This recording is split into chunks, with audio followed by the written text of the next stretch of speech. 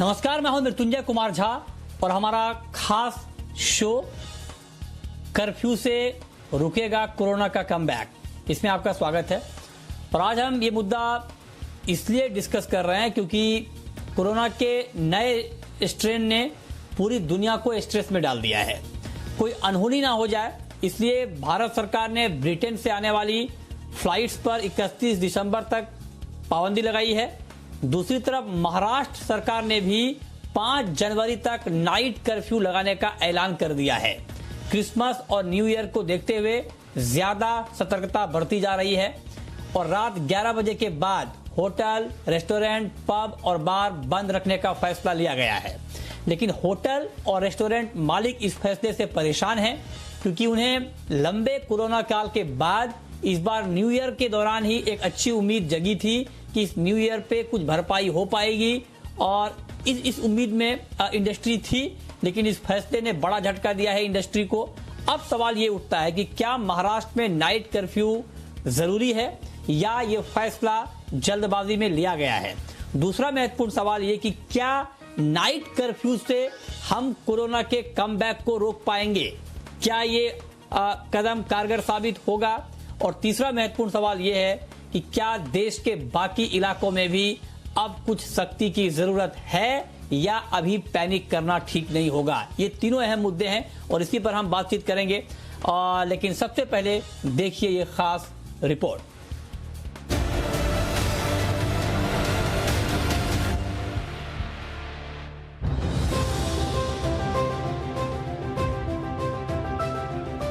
Britain में corona ने रूप बदलकर ऐसा पलटवार किया कि पूरी दुनिया खौफ में आ गई। दुनिया के कई देशों ने ब्रिटेन आने जाने पर पाबंदी लगा दी है।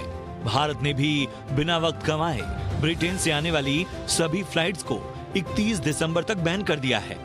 ब्रिटेन के नए स्ट्रेन से महाराष्ट्र सरकार भी अलर्ट है। उद्धव सरकार ने 5 जनवरी तक राज्य में नाइट कर्फ्यू लगाने का ऐलान कर दिया है। मुंबईमध्ये 23 तारीखपासून 5 जानेवारीपर्यंत रात्री 11 ते सकाळी 6, 23 डिसेंबरपासून 5 जानेवारीपर्यंत 11 PM to 6 AM night curfew राहील। महाराष्ट्र के सभी बड़े शहरों में 14 दिनों तक नाइट कर्फ्यू लगाया गया है जो रात 11 बजे से सुबह 6 बजे तक रहेगा। नाइट कर्फ्यू 5 जनवरी 2021 तक चलेगा। इस दौरान सब्जी और दूध जैसी जरूरी चीजों की सप्लाई पर कोई असर नहीं होगा। सख्ती के साथ घंटों के साथ एक साथ सिर्फ 5 लोगों के इकट्ठा होने की इजाजत होगी। कर्फ्यू के दौरान बस और टैक्सियां चलेंगी। होटल, पब और रेस्टोरेंट रात 11 बजे तक ही खुले रहेंगे। सरकार ने लोगों से क्रिसमस और न्यू ईयर भी घर पर ही मनाने की अपील की है। मुंबई देश का सबसे ज्यादा कोरोना प्रभावित शहर है, इसलिए यहाँ खास इंतजाम किए गए हैं। यूरोप और मिडिल ईस्ट से आने वाले सभी यात्रियों को 14 दिन तक क्वारंटीन रखने का फैसला किया गया है। यात्रियों को एयरपोर्ट से ही होटलों में बनाए गए क्वारंटीन सेंटर ले जाया जा रहा है। महाराष्ट्र सरकार को उम्मीद है कि इन उपायों से कोरोना का संक्रमण कम किया जा सकेगा। लेकिन नाइट कर्फ्यू के फैसले ने होटल, पब और रेस्टोरेंट मालिकों के माथे पर पसीना ला दिया है। वो इस फैसले पर दोबारा विचार करने की मांग कर रहे हैं। Federation of hotel and restaurant association of India यानी FHRAI ने सरकार से रात 11 बजे की पाबंदी को 1:30 बजे तक करने की अपील की है। FHRAI के मुताबिक क्रिसमस और न्यू ईयर पर होटल, पब और बार अगर जल्दी बंद हो जाएंगे तो उन्हें भारी घाटा होगा। इससे कोरोना की मार झेल रही इंडस्ट्री के लिए खड़ा रह पाना बेहद मुश्किल होगा। एसोसिएशन ने कहा कि वो सरकार को यकीन दिलाना चाहते हैं कि क्रिसमस और नए साल पर महाराष्ट्र के सभी होटलों और रेस्टोरेंट में कोरोना की गाइडलाइंस का पालन किया जाएगा। कोरोना और लंबे लॉकडाउन के बाद महाराष्ट्र में 5 अक्टूबर को ही रेस्टोरेंट, पब और बार खोलने का फैसला किया गया था। ऐसे में उन्हें क्रिसमस और नए साल से ही कमाई की उम्मीद थी, लेकिन नाइट कर्फ्यू के फैसले ने उनके सपनों को तोड़ कर रख दिया है। ब्यूरो रिपोर्ट, जी मीडिया। तो आपने देखी ये रिपोर्ट और इस रिपोर्ट के जरिए हमने आपको पूरी खबर बताई है कि पूरी खबर आखिर है क्या। लेकिन अब सवाल ये है, जो हमने मुद्दे यहाँ पर उठाए थे कि ये कितना जरूरी है, इस पर बातचीत करने के लिए हमारे साथ 3 खास मेहमान हैं।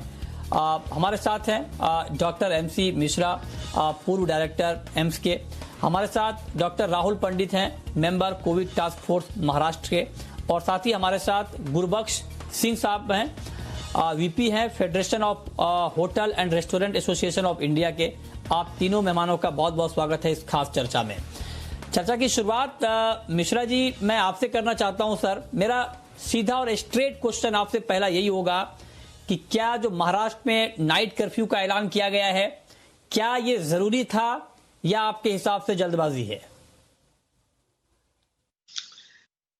देखिए, मूवमेंट पर रेस्ट्रिक्शन और गैदरिंग्स पर रेस्ट्रिक्शन तो हमेशा सही ठहराया जाएगा, क्योंकि इस समय क्रिसमस का टाइम है, नई साल का टाइम आ रहा है और लोग नहीं मानेंगे पार्टीज करने से।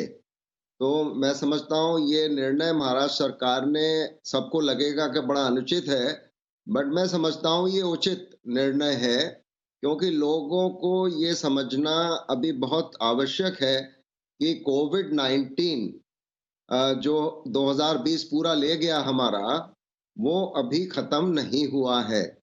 और अब जो रिपोर्ट्स, पहले तो हम सुनते थे स्पोरेडिक रिपोर्ट्स आ रही हैं ये मार्च अप्रैल से कि कोविड जो कोविड-2 है इसमें बदलाव हो रहे हैं, ये चरित्र बदलता है और वो किसी भी वायरस के लिए ये बहुत प्रकृति का नियम है ये, क्योंकि वो एक्वायर्ड एनवायरनमेंट में जब ह्यूमन बीइंग्स में जाते हैं तो वो चरित्र बदलते हैं। ये हमने HIV वायरस के साथ खूब देखा है और हमने डेंगू वायरस के साथ देखा है, और इसीलिए चूंकि ये बहुत जल्दी चरित्र बदलते हैं तो इनका वैक्सीन नहीं बन पाया अभी तक। कोविड-2 उस हिसाब से उतने म्यूटेशंस इसमें नहीं देखे गए जितने HIV में देखे जाते थे। लेकिन अभी इसलिए ये हमारे न्यूज में और सब जगह इससे थोड़ा पैनिक क्रिएट हो रहा है कि इंग्लैंड में कुछ एरियाज में जितने भी हाल में इन्फेक्शंस हुए हैं, नवंबर में, सितंबर से शुरू हुआ है इसका जो ये म्यूटेटेड वायरस है, जिसमें 17 म्यूटेशंस देखे गए हैं बहुत जल्दी में, मतलब कम टाइम में, और उसमें से 8 म्यूटेशंस ऐसे हैं जो स्पाइक प्रोटीन से रिलेटेड हैं कि स्पाइक प्रोटीन में जो सेल को भेदने में काम आती है, उसको इन्वेजिवनेस जब सेल की हम कहते हैं, उसमें ये स्पाइक प्रोटीन मदद करती है। तो इसीलिए, और फिर ये भी अनुमान कुछ लोगों ने लगाया कि शायद जब ये म्यूटेटेड वायरस से संक्रमण फैलता है तो उसकी संभावना कोविड-2 के अदरवाइज जो ओरिजिनल वायरस था उससे अधिक है। हालांकि इसकी सब वैज्ञानिक इससे सहमत नहीं है इस परिणाम से, और लोग कहते हैं इसमें ज्यादा काम करने की आवश्यकता है। तो मैं ये समझता हूँ कि अगर ये एशिया में नहीं आया है म्यूटेंट वायरस, तो उसको रोकने का तरीका यही है कि जैसे फ्लाइट्स पर एक निर्णय लिया गया है, बाकी यूरोप ने भी फ्लाइट्स पर निर्णय लिया है यूके से, तो इसमें कोई बुराई नहीं है जब यूके और यूरोप भी इसी वजह से लॉकडाउन कर रहे हैं, क्योंकि अभी क्रिसमस और नई साल पे लोग नहीं मानेंगे। तो इसमें मैं कहूँगा कि मैं महाराष्ट्र सरकार से मैं सहमत हूँ कि उन्होंने ये निर्णय सबके हित में लिया है। इससे किसी का कोई लाभ नहीं है, बल्कि इकोनॉमी को तो नुकसान ही होता है, रेस्टोरेंट्स में, होटल्स में, क्योंकि इतने सेलिब्रेशन, इतनी पार्टीज होती, तो उससे नेचुरली एम्प्लॉयमेंट का भी इश्यू है, सब कुछ होते हुए भी। लेकिन जान, फिर वही बात आ गई लौट के जो मार्च में हम लोग कहते थे भाई जान है तो जहान है, ये सब लौट आएगा। केवल ये कुछ और समय की बात है, थोड़ा इस पे और क्लैरिटी आ जाएगी, अगले कुछ हफ्तों में क्लैरिटी और आ जाएगी, जैसे जैसे वैज्ञानिक इसकी एनालिसिस करेंगे, क्लैरिटी इस म्यूटेंट वायरस के अगेंस्ट आ जाएगी। हाँ, ठीक है। तो मतलब आप ये कह रहे हैं सर कि ये फैसला महाराष्ट्र सरकार का ठीक है, और इसमें आपत्ति नहीं होनी चाहिए, आपकी ये दलील है। लेकिन अब डॉक्टर राहुल पंडित जी, मैं आपसे जानना चाहता हूं, क्योंकि आप कोविड टास्क फोर्स में हैं, तो मैं आपसे एक चीज जानना चाहता हूं कि क्या ये सुझाव नाइट कर्फ्यू वाला आप लोगों ने, टास्क फोर्स ने ये सुझाव महाराष्ट्र गवर्नमेंट को दिया था? पहला सवाल। दूसरा ये कि आप लोगों को ऐसा क्यों लगा कि नाइट कर्फ्यू अगर लग जाएगा या इसका सुझाव अगर आपने दिया होगा तो इससे बात बन जाएगी? क्या नाइट कर्फ्यू एक पुख्ता बंदोबस्त है क्या इस नए स्ट्रेन को रोकने के लिए, या कुछ और कदम उठाने की सिफारिश आप लोगों ने की है या आगे करने की योजना है? मृत्युंजय जी, मैं फिर दोहराऊंगा, पहले भी मैं कह चुका हूँ इस शो में कि जो टास्क फोर्स है वो क्लिनिकल मैटर्स में जो है वो गवर्नमेंट को सजेशन देती है। तो ये तो जाहिर है कि ये जो नए स्ट्रेन पाया गया है यूके में, और इसका अनुमान लगाया जा रहा है कि ये कई गुना या 70% जो है ज्यादा इन्फेक्शियस है। इसके बारे में जैसे मिश्रा साहब ने कहा कि अभी और जांच करना और अभ्यास करना इसके ऊपर बहुत जरूरी है।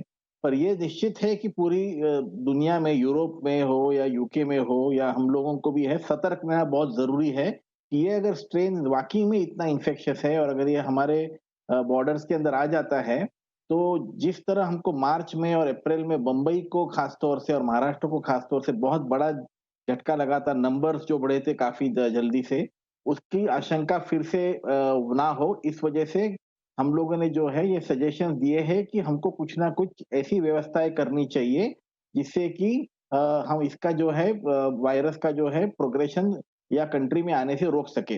अब उसके ऊपर जो है गवर्नमेंट डिसीजन लेती है कि किस तरह से क्या क्या कर सके और उसका जो संक्रमण है वो रोकने में कौन सी व्यवस्थाएं जो है वो वो पूरी की जाएगी।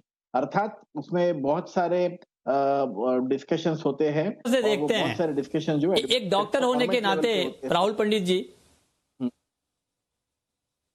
नहीं वो ठीक है, मैं लेकिन चूंकि आप एक डॉक्टर हैं, मैं एक डॉक्टर होने के नाते आपसे ये पूछना चाहता हूं, क्योंकि आप महाराष्ट्र में काम आपने बहुत लंबे समय से किया है, क्या आपको लगता है कि महाराष्ट्र के हालात को देखते हुए या महाराष्ट्र में जो खतरे एक दिख रहे हैं या जो संभावित खतरा आने वाले समय का है, क्या उसको देखते हुए ये फैसला सही है क्या नाइट कर्फ्यू वाला? नाइट कर्फ्यू लोगों का जो है एक दूसरे से मिलना और जो एक दूसरे से जो मेल जोल है वो कम करेगा कुछ हद तक। अर्थात जो समय है वो काफी छोटा है, 6 या 7 घंटों का है, बट होटल मालिकों के लिए और पब्स के लिए और रेस्टोरेंट्स के लिए बहुत इंपॉर्टेंट 2 या 3 घंटे है, मैं ये जानता हूँ।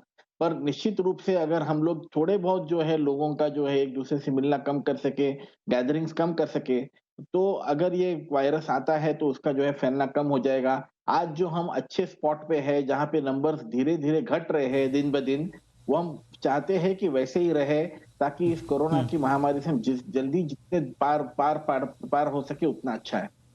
ठीक है, ठीक है, ओके, ठीक है। तो आप भी मतलब आपका भी ये मानना है कि ये ठीक फैसला है, इसको गलत कहना ठीक नहीं होगा। अब गुरबख्श सिंह जी, मैं आपके पास आता हूं। आपके पास आने से पहले मैंने 2 बड़े डॉक्टर की राय ली और दोनों बड़े डॉक्टर ये कह रहे हैं कि ये फैसला ठीक है, इसको गलत कहना सही नहीं होगा। तो अब आप बताएं, चूंकि आप लोगों की तरफ से ये डिमांड आ रही है कि इसमें थोड़ी ढील दी जाए। अब चूंकि डॉक्टर जो एक्सपर्ट है उनका ये मानना है कि एहतियातन ये कदम उठाना बहुत जरूरी था, क्योंकि क्रिसमस और न्यू ईयर में ज्यादा भीड़ इकट्ठा होती है, देर रात तक पार्टियां होती हैं मुंबई में खास करके, तो ऐसे में ये फैसला सही है। तो अब आपका रिएक्शन क्या होगा? क्या आप लोग भी थोड़ा कॉम्प्रोमाइज करने को तैयार हैं या अभी भी कुछ डिमांड है आपकी सरकार से, आपको कुछ ऐतराज है? मैं इसे ऐतराज नहीं कहूँगा। पहले तो मैं बहुत रिस्पेक्टफुली कहना चाहूँगा कि जो दोनों माननीय डॉक्टर साहब हैं यहाँ पर, ये अपने दृष्टिकोण से बिल्कुल इनका कहना सही है, लेकिन क्या ये व्यवसाय के लिए और क्या ये दूसरों के लिए भी सही है कि नहीं, वो भी देखना जरूरी है। मैं मानता हूँ कि कोविड को कंट्रोल करने का एक ही रास्ता है, जो कि मैं नहीं कहूँगा कर्फ्यू या लॉकडाउन, बट मैं कहूँगा कि इसे रिस्ट्रिक्ट करना, मूवमेंट रिस्ट्रिक्ट करना। अब मुझे इस बात का तर्क समझ नहीं आता कि 11:30 बजे तक तो ऑलरेडी ये हम लॉकडाउन स्थिति में ही काम कर रहे थे। जो हमारे लाइसेंसेस जो 1:30 बजे तक हैं, उनको 11:30 बजे तक किया गया था। ये आधे घंटे में क्या ऐसा साइंटिफिक हो जाएगा कि कोरोना वायरस नहीं फैलेगी ये 11 और 11:30 के बीच में।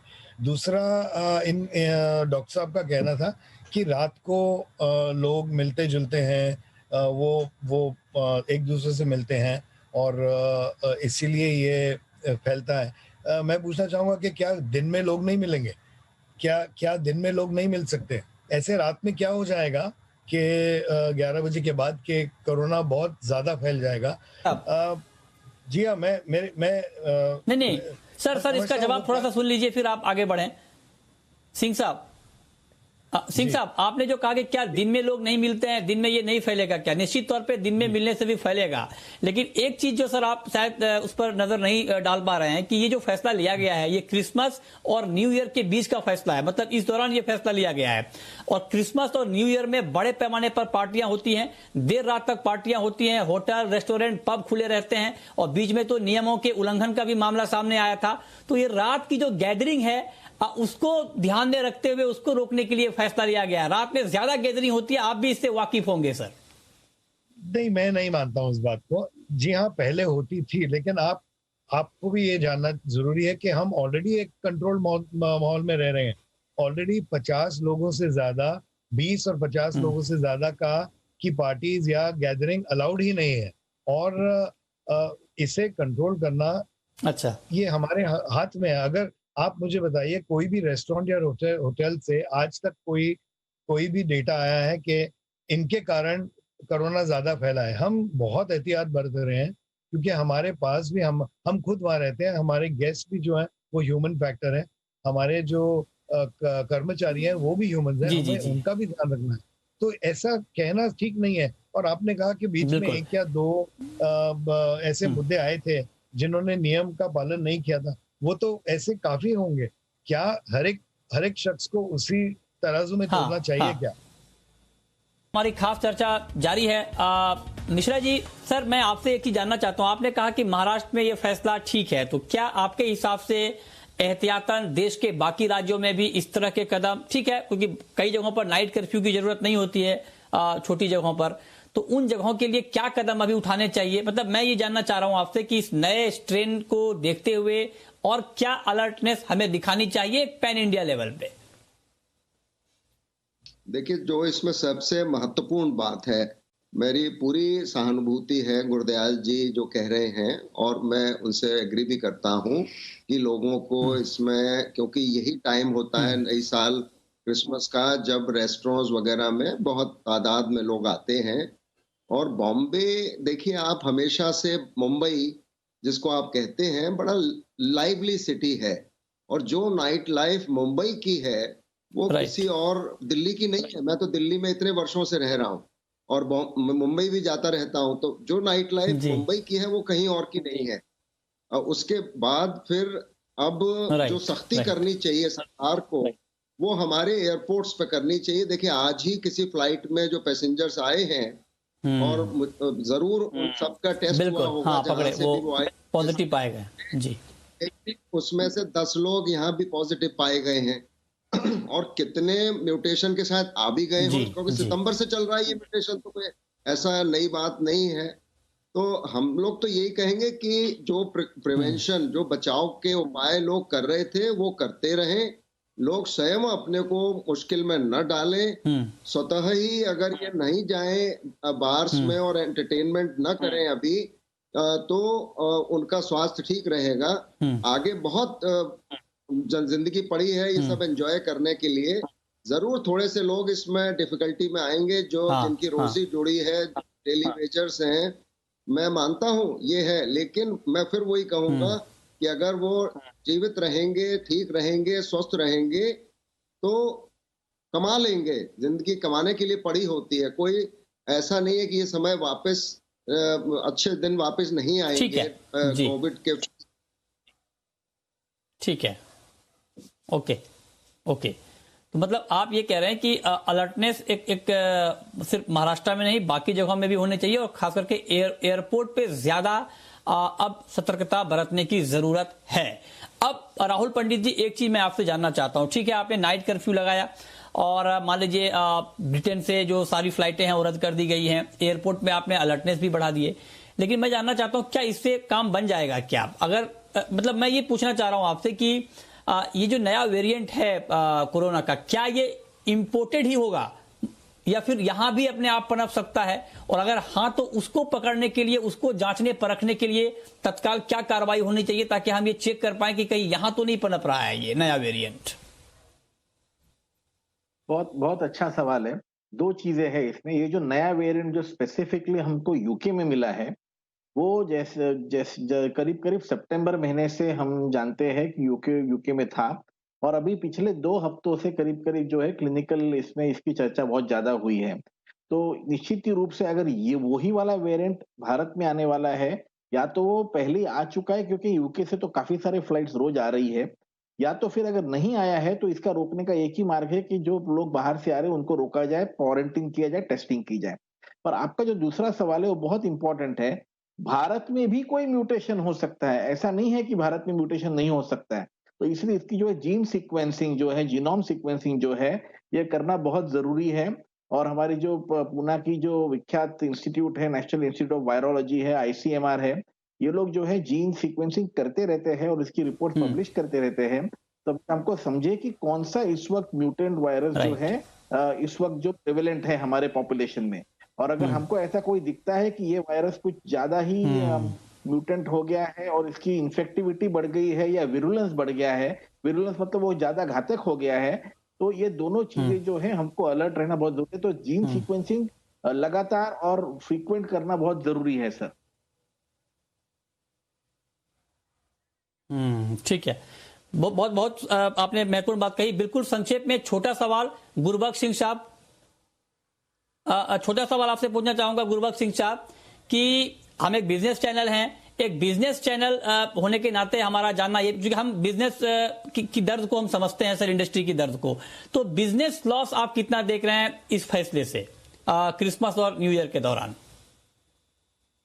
देखिए, सिर्फ ये जो नॉर्मल 2 घंटे की अगर आप मुद्दत जो हमने मांगी थी, पहले आप ये जानना जरूरी है कि 5 बजे तक ये टाइमिंग आपको समय मिलता था एक्सटेंशन। हमने इस वक्त वो भी नहीं मांगा क्योंकि हम पहले ही 11:30 बजे तक चल रहे हैं। हमने कहा सिर्फ आप 1:30 बजे तक कर दीजिए जो हमारे नॉर्मल लाइसेंस पे है। अब इस 2 घंटे 11:30 से 1:30 करने से एवरी डे रोज का 50 और 75 करोड़ के बीच का बिजनेस हो सकता है, जो अब वो लॉस होगा। अब वही लॉस नहीं होगा, अब जो लोगों ने कैंसिलेशन कराई है वही लॉस होगा। मैं पहले एक चीज में बहुत यहाँ साफ कर देना चाहता हूँ कि आप लोग मुझे ऐसे ना देखें कि मैं सिर्फ बिजनेस की बात कर रहा हूँ, क्योंकि मैंने पहले भी कहा कि हम ह्यूमन फैक्टर में के साथ ही काम करते हैं।